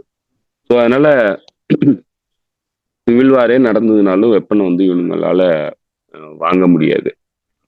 இப்ப நீங்க சொன்ன மாதிரி அந்த ஒரு 3000 துருப்புகளை வந்து ரெடி பண்ணி ஆபீசர்ஸை ரெடி பண்ணி சவுத்துக்கு அனுப்பி இந்த ஹிஸ்புல்லா கூட சண்டை நடத்துறதுக்கு தான் வந்து அதை வேலைகளை பண்றானுங்க. அது கத்தாரும் சவுதியும் வந்து ஃபண்டு பண்ணும் அப்படிங்கிறது தான் வந்து அந்த செய்தி. அது எந்த அளவுக்கு உண்மை என்னங்கிறது நமக்கு தெரியல. அப்படியே நடந்ததுனாலும் அது ஒன்றும் பெரிய மாற்றத்தை வந்து உருவாக்க போறது இல்லை. ஹிஸ்புல்லா கிட்ட எதிர்த்து சண்டை போடுற அளவுக்கு வலுவான ஆட்கள்லாம் அவனுங்களால திரட்ட முடியாது. திரட்டி அனுப்புனாலும் 3000 பேரை வச்சு ஒன்றும் நாக்க கூட வலிக்க முடியாது. மக்கள் ஆதரவு வந்து முழுக்க முழுக்க ஹிஸ்புல்லாவுக்கு இருக்கு. ஸோ அதனால அது ஒன்றும் புரியுது புரியுது தோழர். இதுல அதே போல ஆக்சஸ் ஆஃப் ரெசிஸ்டன்ஸும் வெவ்வேறு தளங்கள்ல மூவ் ஆகிட்டே இருக்கிறாங்க. ஈரானும் நிறைய ப்ரிப்பரேஷன்ல இருக்கிறதா சொல்றாங்க. அதே போல ஹெவி ப்ரிப்பரேஷன்ல இஸ்ரேல் இருக்கிற மாதிரி தெரியுது. கத்தார் மேல தாக்குதல் நடத்தின பிறகும் இப்ப நம்ம பேசிக்கிட்டு இருக்கிற இந்த 18ஆம் தேதி ஒரு 2 மணி நேரத்துக்கு முன்னாடி வந்து கத்தார்ல இருந்து கத்தார்ல இருக்கக்கூடிய அமெரிக்க ஏர்பேஸ்ல இருந்து டெல்லவிவுக்கு ஆயுதம் தாங்கிய விமானம் போயிருக்குது. இது வந்து பழைய கொடி கதவு திரடின்ற மாதிரி இவங்க வந்து எத்தனை அடி வாங்கினாலும் வாய மூடி கை கட்டி தான் வேடிக்கை பார்த்துக்கிட்டு இருக்கிறாங்க. ஐயா நீங்க செய்யாத செய்யுங்க அப்படின்னு சொல்லி அது வந்து மக்கள் மீதான ஒரு இதுல தான் மிக அதிகமா நடந்துகிட்டு இருக்கு. இதுல இருந்து நான் அப்படியே இதை பார்க்கணும்னு நினைக்கிறேன்.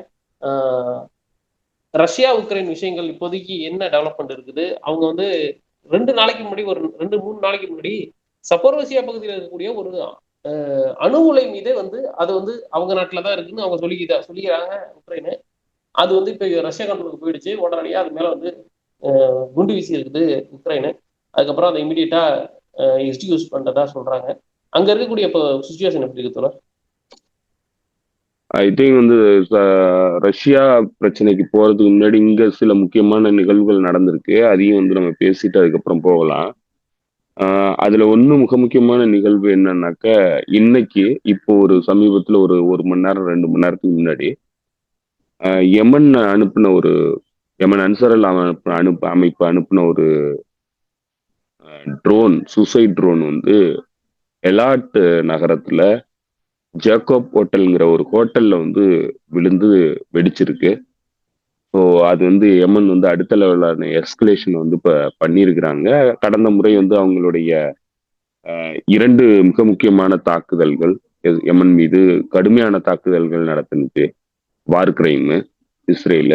அதுல முதல் தாக்குதல்ல பிரைம் மினிஸ்டர் உட்பட கிட்டத்தட்ட கம்ப்ளீட் கேபினட் மினிஸ்ட்ரி பர்சனல்ஸையும் வந்து அவங்க சிவிலியன் பர்சனல்ஸை வந்து கொலை பண்ணிட்டாங்க, அசாசினேட் பண்ணிட்டாங்க. 2வது முறை நடத்த தாக்குதல்ல முழுக்க முழுக்க ஜேர்னலிஸ்ட், அதாவது பத்திரிகையாளர்களை வந்து கொலை பண்ணியிருக்காங்க. கிட்டத்தட்ட 30க்கும் மேற்பட்ட பத்திரிகையாளர்கள் அதுல கொலை செய்யப்பட்டிருக்காங்க. பல்வேறு பொதுமக்கள்கள் வந்து உயிரிழப்புகளை சந்திச்சிருக்கிறாங்க. சிவிலியன் மீதான தாக்குதல் தான் முழுக்க முழுக்க அப்படிதான் பண்ணியிருக்கிறாங்க. ஸோ அதற்கான பதிலடி நிகழ்வா தொடர்ந்து யமன் வந்து தன்னுடைய ஏவுகணைகளையும் தன்னுடைய ட்ரோன்களையும் வந்து இஸ்ரேலுக்கு அனுப்பி தாக்குதல் நடத்திட்டு இருந்தது. அது பல்வேறு தாக்குதல்கள் குறிப்பா வந்து யமன் பக்கத்துல வந்து யுஏஇனுடைய ஒரு பேஸ்ல அந்த சொமாலிலாந்து பகுதியில் இருக்கக்கூடிய புண்ட்லாண்டுங்கிற ஒரு பேஸ்ல இருந்து ஐ திங்க் வந்து அது புண்ட்லாண்டுங்கிறது யமன்ல இருக்கிற அந்த சதர்ன் கவர்னன்ஸ் நடத்திக்கிட்டு இருக்கு, ஏடன்ல இருந்து நடத்தக்கூடியவர்கள் நடத்துற கவர்மெண்டோடைய கட்டுப்பாட்டுல இருக்குதுன்னு நினைக்கிறேன். அந்த பகுதியில வந்து புதுசா யுஏஇ வந்து ஒரு பெரிய ரேடாரை வந்து செட் பண்ணியிருக்குது. அந்த ரேடார்ல இருந்து டிடெக்ட் பண்ணி யமன் வந்து லான்ச் பண்ணுச்சுன்னா உடனடியா கண்டுபிடிச்சு இஸ்ரேலுக்கு தகவல் சொல்ற வேலை நடக்கிறதுனால பெரிய அளவுக்கு யமனுடைய ஏவுகணைகள் வழிமறிக்கப்பட்டு தாக்குதல் நடத்தப்படுது. அதாவது இன்டர்செப்ட் பண்ணப்படுது. அதே மாதிரி இஸ்ரேலுடைய இஸ்ரேல் பகுதியில வேற ஒரு சவுதி அரேபியாலன்னு நினைக்கிறேன் இன்னொரு பெரிய ரேடாரை வந்து இன்ஸ்டால் பண்ணியிருக்கிறாங்க. அதுவும் வந்து டிடெக்ட் பண்ணுது. போன முறை யமன் அன்சார் அமைப்பு அனுப்பின ஏவுகணையை வந்து சவுதி அரேபியாவினுடைய இன்டர்செப்ஷன் வந்து தடுத்து அதையும் வீழ்த்திட்டாங்க. இப்போ Saudi Arabia, United Arab Emirates எல்லாரும் வந்து ஜைனிஸ்ட் என்டிட்டியை ப்ரொடெக்ட் பண்றதுக்கான எல்லா செயல்பாடுகளையும் ஈடுபட்டுக்கிட்டு இருக்காங்க. அதையெல்லாம் மீறி இன்னைக்கு ட்ரோன் தாக்குதல் யமன் அன்சார் அமைப்பு இஸ்ரேலுடைய எலாட் நகரத்துல வந்து நடத்தி இருக்குது. அதுல பெரிய கேசுவலிட்டிஸ் எதுவும் ஏற்படல. ஆனா முக்கியமான ஹோட்டல்ல வந்து தாக்குதல் நடத்தி இருக்கிறாங்க, ப்ரிசைஸா தாக்கி இருக்கிறாங்க. ஸோ அது வந்து ஒரு மிக முக்கியமான நிகழ்வா இப்ப நடந்திருக்கு. ரெண்டாவது மிக முக்கியமான நிகழ்வு சதன் லெபனான்ல, சவுத் லெபனான்ல ஒரு கடுமையான தாக்குதலை வந்து சமீபத்தில் ஒரு 2-3 மணி நேரத்துக்கு முன்னாடி இஸ்ரேல் வந்து தாக்குதல் நடத்தி இருக்குது. அது ஹெஸ்புல்லாவினுடைய இன்ஃப்ராஸ்ட்ரக்சர்னு சொல்லிட்டு தாக்குதல் நடத்தி இருக்கிறாங்க. உக்கரமான குண்டு வீச்சு, பெரிய அளவுக்கு உயிர் சேதங்கள் ஏற்பட்டிருக்கிறதுக்கான வாய்ப்பு இருக்கு. ஸோ அந்த தாக்குதல் நடந்திருக்கு. ஸோ இப்போ அதனால சவுத் லெபனான்ல ஒரு பகுதியை வந்து எவாக்குவேட் பண்ண சொல்லி இன்னைக்கு ஆர்டர் போட்டிருந்தது ஐஓஎஃப். ஸோ சவுத் லெபனான்ல அதாவது ஹெஸ்புல்லா வந்து போருக்கு தூண்டுற நடவடிக்கைகள் எல்லாத்தையும் வந்து ஒரு பக்கம் இஸ்ரேல் வந்து பண்ணிக்கிட்டே இருக்குது. மூன்றாவது விஷயம், நம்ம போன முறை பேசும்போது சொல்லியிருந்தோம், எல்லாம் தெரிஞ்சும் எதுக்காக திரும்ப திரும்ப போய் ஈரான் வந்து பேச்சுவார்த்தைக்கு போகுது அப்படிங்கிறத நம்ம விமர்சனமா பேசியிருந்தோம். கிட்டத்தட்ட அன்னைக்கு அதுதான் உறுதியாயிருக்கு. என்னதான் நீங்க வந்து சமாதானம் பண்ணி ஐஏஏ கூட வந்து உடன்பாடுகளை ஏற்படுத்தினாலும் ஸ்னாப்பேக் மெக்கானிசத்தை வந்து ஆக்டிவேட் பண்றத மேற்கத்திய நாடுகள் நிறுத்த போறது இல்லைங்கிறது தான் நம்ம போன முறை தெளிவா சொல்லியிருந்தோம். இன்னைக்கு அதை தான் பிரெஞ்சு பிரசிடென்ட் இமானுவேல் மேக்ரோன் வந்து சொல்லியிருக்கிறாரு. மேக்ரோன் என்ன சொல்லியிருக்கிறாருன்னா, ஐஏஇ கூட எந்த உடன்பாட்டை வந்து ஏற்படுத்தி இருந்தாலும், கெய்ரோல எந்த உடன்பாட்டை ஏற்படுத்தி இருந்தாலும் அதெல்லாம் எங்களுக்கு கணக்கு கிடையாது. ஸ்னாப்மேக் மெக்கானிசம்ங்கிறது டன் டீல் தான், அது இம்ப்ளிமெண்டேஷனுக்கு வரும் அப்படிங்கறத சொல்லியிருக்கிறாரு. ஸோ அதனால ஈரான் எதுக்காக இந்த பேச்சுவார்த்தையை நடத்த போனுச்சு அப்படிங்கிறது தான் இன்னைக்கு கேள்வியா இருக்கு. இன்னும் குறிப்பா சொல்ல போனா இந்த பெசஸ்கியான் அரசாங்கம், ரிஃபார்மிஸ்ட் அரசாங்கம் எதற்காக இந்த மாதிரியான ஹியூமிலியேஷன்ல தானாவே போய் இறங்குறாங்கிறது மிகப்பெரிய விமர்சனங்களை ஏற்படுத்துது. அப்ப ஏதோ ஒரு காரணத்துக்காக பண்றாங்க. அது என்ன காரணங்கிறது நம்மளால புரிஞ்சுக்க முடியல. ஒண்ணு சர்வதேச அரங்கு டிப்ளமேட்டிக் மிஷன்ல வந்து அது பாதிப்பை ஏற்படுத்தக்கூடாதுங்கிறதுக்காக பண்றாங்களா, இல்ல ரஷ்யா சைனா போன்ற நாடுகளினுடைய அழுத்தத்தினால வந்து அதெல்லாம் பண்றாங்களா அப்படிங்கிறது தெரியல. ஆனா பண்றது தவறான முடிவு. அது எந்த ஃப்ரூட்ஃபுல்லான விஷயத்தையும் பண்ண போறது இல்ல. அதனால எந்த பலனும் ஈரானுக்கு கிடைக்க போறது இல்ல. என்ன பண்ணணும்னு மேற்கத்திய தரப்பு நினைக்குதோ அதை பண்ணாம மேற்கத்திய தரப்பு நிறுத்த போறது இல்ல. ஏன்னா அழிக்கணுங்கிறத நோக்கமா வச்சிருக்கவன்ட்ட போய் நீங்க பேரம் பேசி எதுவும் பண்ண முடியாது. ஸோ அதுதான் இன்னைக்கு உறுதியாயிருக்கு. மேக்ரோன் சொன்னதுல இருந்து அதுதான் உறுதியாயிருக்கு. இன்னைக்கு கடுமையான விமர்சனங்கள் ஈரானுக்குள்ள ஃபாரின் மினிஸ்டர் அப்பாஸ் அகராக்சி மீது எழுப்பப்படுது. ஏன் வந்து இப்படி ஒரு ஹியூமிலியேஷன்ல நீயே போய் ஈடுபட்ட அப்படிங்கிறத இன்னைக்கு பலரும் வந்து எழுத ஆரம்பிச்சிருக்கிறாங்க. ஸோ இதெல்லாம் வந்து மிக முக்கியமான நிகழ்வுகளா இப்ப நடந்துகிட்டு இருக்கு. இந்த பகுதி வந்து ரொம்ப ரொம்ப ஒரு கிரிட்டிக்கலான சுச்சுவேஷன்ல இருக்கு. இன்னொரு மிக முக்கியமான விஷயம் என்னன்னா, சிரியாவினுடைய பிரசிடென்ட இப்போ தன்னைத்தானே அனௌன்ஸ் பண்ணிக்கிட்டு இருக்கிற முன்னாள் தீவிரவாதி அல் ஜுலானி அகமது அல் சரா இஸ்ரேல் கூட பேச்சுவார்த்தை நடத்தி பாரிஸ்ல நினைக்கிறேன், பாரிஸ்ல வந்து ஃபாரின் மினிஸ்டரும் அந்த நாட்டினுடைய ஃபாரின் மினிஸ்டரும் இஸ்ரேலினுடைய ஸ்ட்ராட்டஜிக் அஃபேர்ஸ் மினிஸ்டர் டென்மர்னு நினைக்கிறேன், டெர்மரும் வந்து பேச்சுவார்த்தை நடத்தினதுல கிட்டத்தட்ட செக்யூரிட்டி உடன்பாடுகளை ஏற்படுத்துறதுக்கான ஒரு வாய்ப்பு இருக்கிறதா அல் ஜுலானியே பேசியிருக்கிறான். அல் ஜுலானி பேசுனது மட்டும் இல்ல, இஸ்ரேல் கூட வந்து செக்யூரிட்டி உடன்பாடுகளை ஏற்படுத்துறது இந்த காலகட்டத்தின் அவசிய தேவை அப்படிங்கிறதையும் சொல்லியிருக்கான். அப்ப இவனுங்க தான் என்ன அதுக்கு அதுக்கான அந்த ஃப்ரேம் ஒர்க் என்னன்னு சொல்லி லீக் ஆகுதுன்னா, ஸ்வைதா ஸ்வைதா பகுதியை வந்து ட்ரூஸ் கம்யூனிட்டிக்காக ஒதுக்கி விட்டுறது. அதே போல இஸ்ரேலுக்கு கோலன் ஹைட்ஸ் பகுதியும் அதை சுற்றி இருக்க பகுதிகளையும் விட்டுறது இஸ்ரேலோட கட்டுப்பாட்டுல. மூன்றாவதா ஸ்வைதாவுக்கும் இந்த கோலன் ஹைட்ஸுக்கும் இடைப்பட்ட பகுதியா இருக்கிற இந்த தேரா ப்ராவின்ஸுங்கிறத பஃபர் சோனா அறிவிக்கிறது.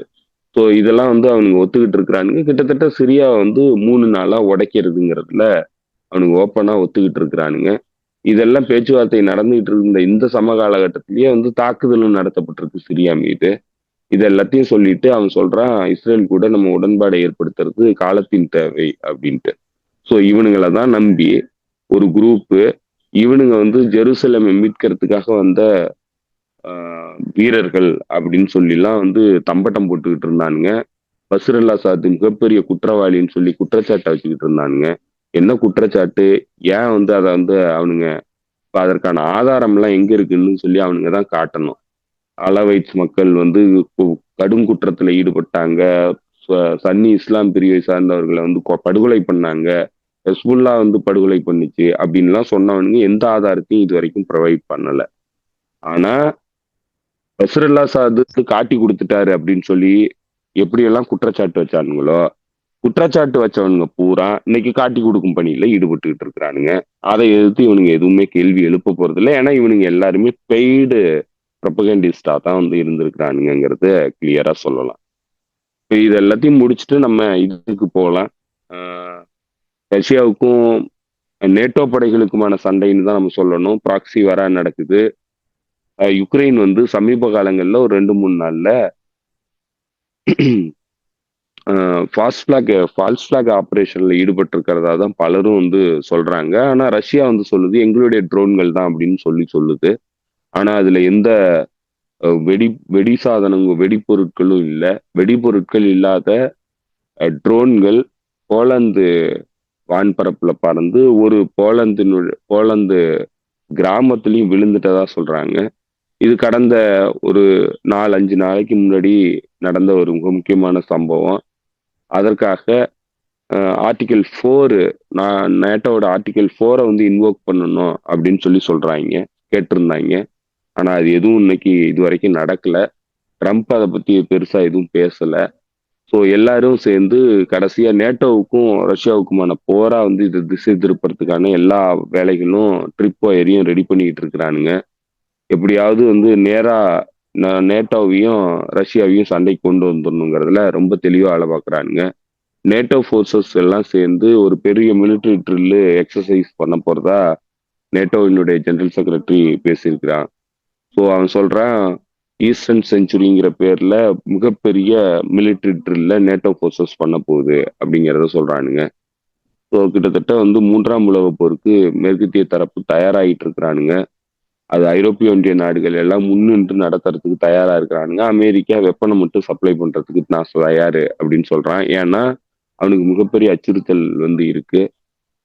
ரஷ்யாவினுடைய வெளியுறவுத்துறை வந்து ஏற்கனவே எச்சரிக்கையா சொல்லியிருந்தது. குறிப்பா வெளியுறவுத்துறை அமைச்சர் லாவ்ரோ வந்து வெளிப்படையா சொல்லியிருந்தாரு, அமெரிக்கா அங்க உட்கார்ந்துக்கிட்டு இங்க எஸ்கலேட் பண்ணிட்டு ஐரோப்பிய ஒன்றியமும் நாங்களும் ஐரோப்பிய நாடுகளும் நாங்களும் சண்டை போட்டு இருக்கிறத வேடிக்கை பார்க்கணும்னு நினைச்சதுன்னா அது மிகப்பெரிய முட்டாள்தனம். அந்த நாடும் ரீச்சபிள் இதுலதான் இருக்கு, கடலினுடைய அந்த பக்கம் இருக்குங்கிற தைரியத்துல வந்து அது பண்ணக்கூடாது அப்படிங்கறத எச்சரிக்கையா சொல்லியிருந்தாரு.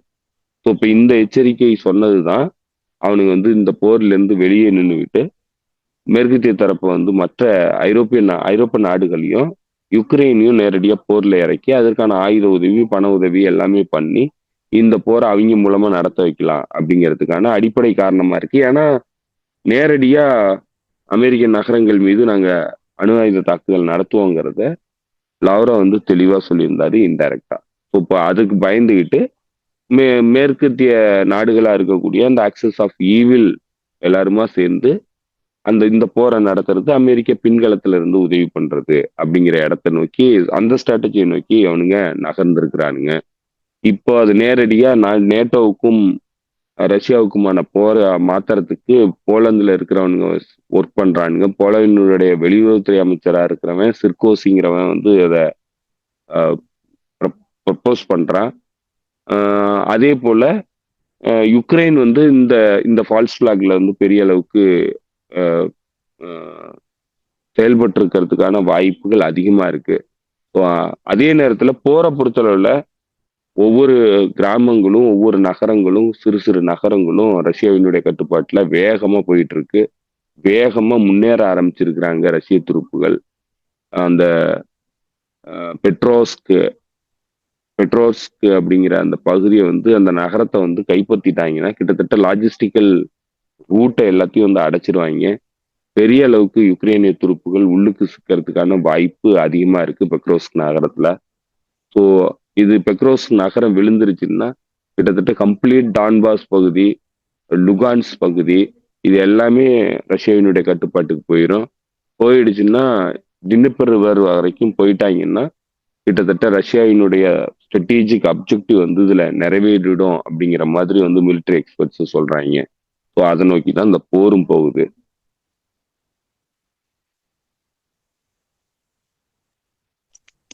ஓகே.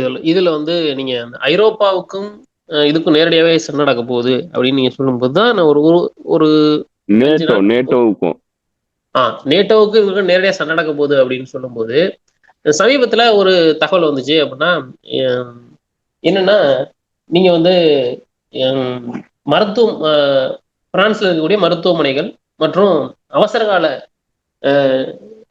அமைப்புகள் அனைத்து அவசர காலத்தில் உதவி செய்யக்கூடிய அனைத்து அமைப்புகளும் தயார் நிலையில இருங்க, அதுக்கான ஒரு ஒத்திகையை எடுத்துக்கங்க அப்படின்னு பிரான்ஸ் சொல்றதாகவும், உண்மையிலேயே வந்து ஒரு போர் வந்துச்சுன்னா அந்த எப்படி ஏவுகணை வந்துச்சுன்னா எப்படி ஒரு அபாயசம் ஒழிக்குதோ அது மாதிரி ஒரு ட்ரில்லு நடத்தி பார்த்துருக்குது ஜெர்மனி. இதை பார்த்துட்டு எல்லாருமே ஆச்சரியமா சொல்றாங்க, என்ன முட்டாள்தனமா நீங்க பண்ணிட்டு இருக்கீங்க, அப்ப நீங்க என்ன முடிவுலேயே இருக்கிறீங்களா ரஷ்யா கூட சண்டைக்கு போறதுன்னு? ரஷ்யா தாக்குதல் நடத்தணும் அவ சும்மா சொல்லிக்கிட்டு இருப்பீங்க, இப்போ உண்மையிலேயே நீங்க அந்த முடிவுக்கு வந்தீங்கன்னா இதனால எவ்வளவு பெரிய மக்கள் பாதிக்கப்பட போறாங்க, நீங்க என்ன நினைச்சிட்டு இருக்கீங்கன்னு மிகப்பெரிய கடும் விமர்சனம் எல்லா இடத்துல இருந்து வந்துகிட்டே இருக்கு. எந்த மூடுல இப்போதைக்கு பிரான்ஸ் இருக்கு? ஏன்னா வந்து இன்னைக்கு வந்து இப்ப நம்ம பேசிட்டு இதே நேரத்துல வந்து மார்செல்லி அப்படின்னு சொல்லி ஒரு இடம் இருக்கு பிரான்ஸ்ல. அங்க இருக்கக்கூடிய ஆயுத தொழிற்சாலை வந்து அங்கிருந்து பிரான்ஸுக்கு கொஞ்சம் இது ஆயுதங்கள் அனுப்புறாங்க. அதுக்கு எதிராக மிகப்பெரிய அளவில் மக்கள் கிளர்ந்துட்டு இருந்து போராட்டம் நடத்திட்டு இருக்கிறாங்க.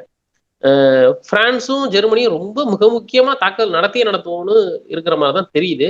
அவங்க ஏன் இவ்வளவு வேகமா ப்ரிப்பரேஷன் பண்றதுக்கான காரணம் என்ன?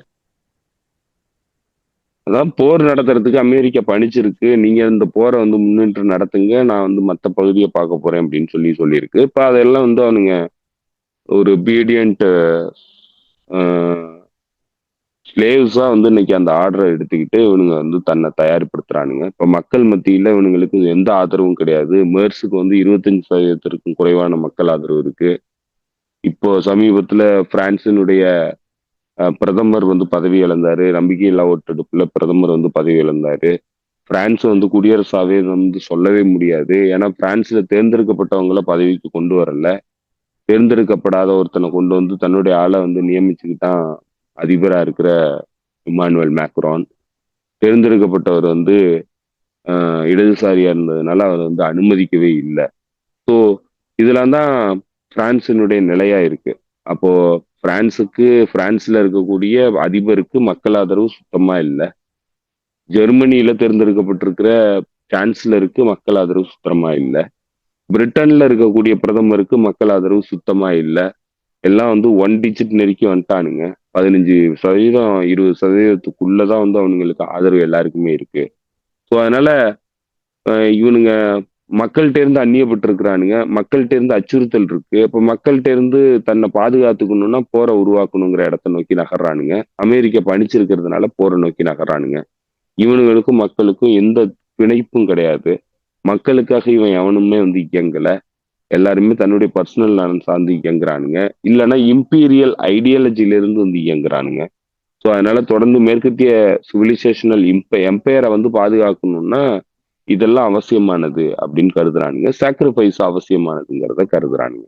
இன்னைக்கு எப்படி யுக்ரைன்ல இருக்கிறவர்களை சாக்ரிஃபைஸ் பண்றதுக்கு தயாரா இருக்கிறானுங்களோ அதே மாதிரி தன்னையே சாக்ரிஃபைஸ் பண்றதுக்கு தயாரா இருக்கிறானுங்க.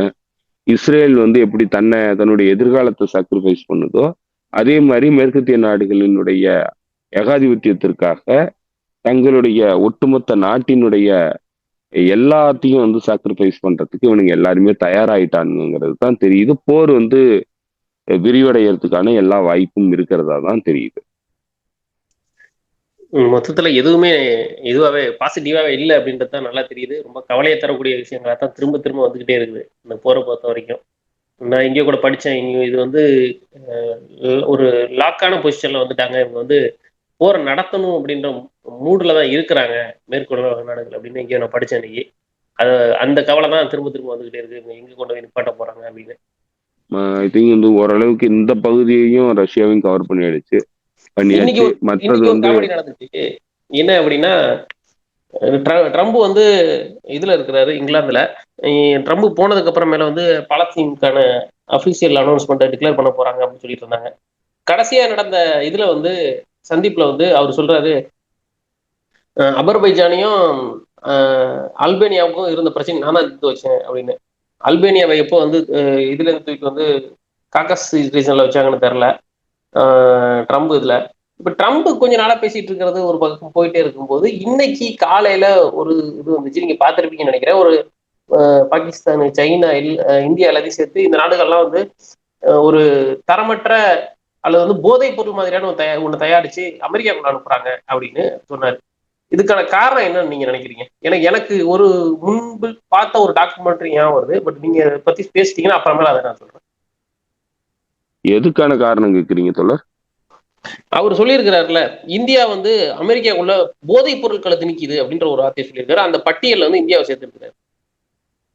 இப்போ இந்தியா வந்து முக்கியமான பொருட்கள், சில பொருட்களை வந்து அமெரிக்காவுக்கு ஏற்றுமதி பண்ணுது. குறிப்பா சொன்னா இந்த மருந்து பொருட்கள், மாத்திரை மருந்து இதெல்லாம் வந்து நிறைய எக்ஸ்போர்ட் பண்ணுது அமெரிக்காவுக்கு. அப்போ இந்தியா வந்து ஒடுக்கணுங்கிறத திட்டமா வச்சிருக்கு அமெரிக்கா. இந்தியா வந்து இப்போ எதிரியா தான் பாக்குது. இந்தியா வேணா சமாதானம் பண்ணி நான் வந்து சப்சர்வியண்டா கூட வரேன், என்னை வந்து நீ எதிர்த்து எதிரியா பார்க்காதன்னு சொல்லி காலில் போய் விழலாமே தவிர, அமெரிக்கா காலில் விழுந்தாலும் எட்டி உதைக்கிறதுக்கு தயாரா இருக்கு. இந்தியா வந்து தன்னுடைய உறவு நிலையில அதை வச்சுக்க விரும்பல. அதுதான் இன்னைக்கு இருக்கிற நிலைமை. ஸோ என்னதான் இந்தியா வந்து போராடினாலும் அந்த அந்த பொசிஷனை வந்து இந்தியாவால எடுக்க முடியாது. அப்போ எதிரின்னு முடிவு பண்ணிட்டதுக்கு அப்புறம் இப்போ தாக்குறதை தவிர வேற வழி இல்லை. இதைதான் வந்து சைனாவுக்கு எதிரான குற்றச்சாட்டும் வச்சாங்க. இன்னைக்கு வெனிசுலாவுக்கு எதிரான குற்றச்சாட்டாவும் அதான் வைக்கிறாங்க. அப்ப யாருக்கு எல்லாம் வந்து இந்த குற்றச்சாட்டை வைக்கிறாங்களோ அவங்களெல்லாம் எதிரியா பாக்குறாங்கிறது தான் அவங்க தெளிவுபடுத்துறாங்க. அது இந்தியாவுக்கு புரியல, இந்தியன் டிப்ளமேட்ஸுக்கு வந்து அது புரியல, இந்தியன் லீடர்ஷிப்புக்கு அது புரியலன்னா மிகப்பெரிய விலையை வந்து இந்தியா கொடுக்க வேண்டியிருக்கும்.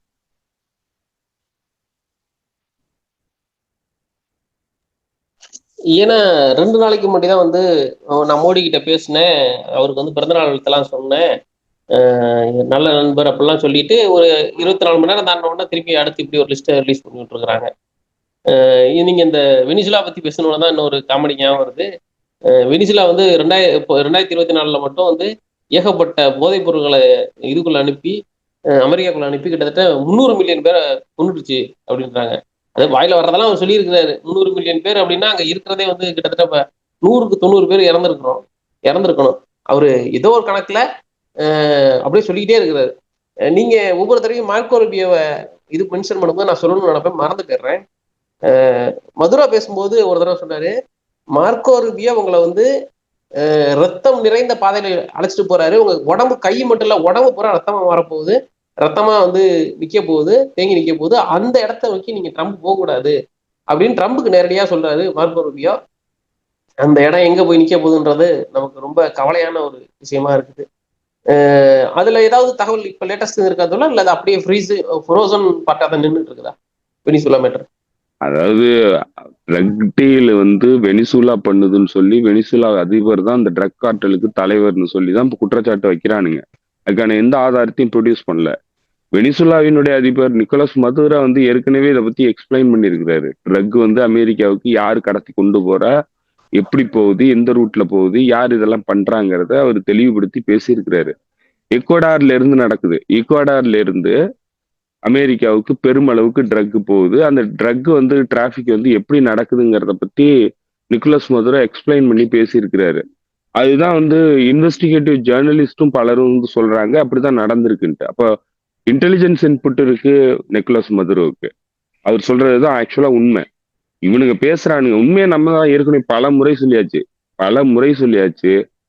வெனிசூலாவில் போய் காலடி எடுத்து வச்சானுங்கன்னா இவனுங்களுக்கு சவகுழி அங்க உறுதியா காத்திருக்குது. ஒன்னும் பண்ண முடியாது இவனுங்களால.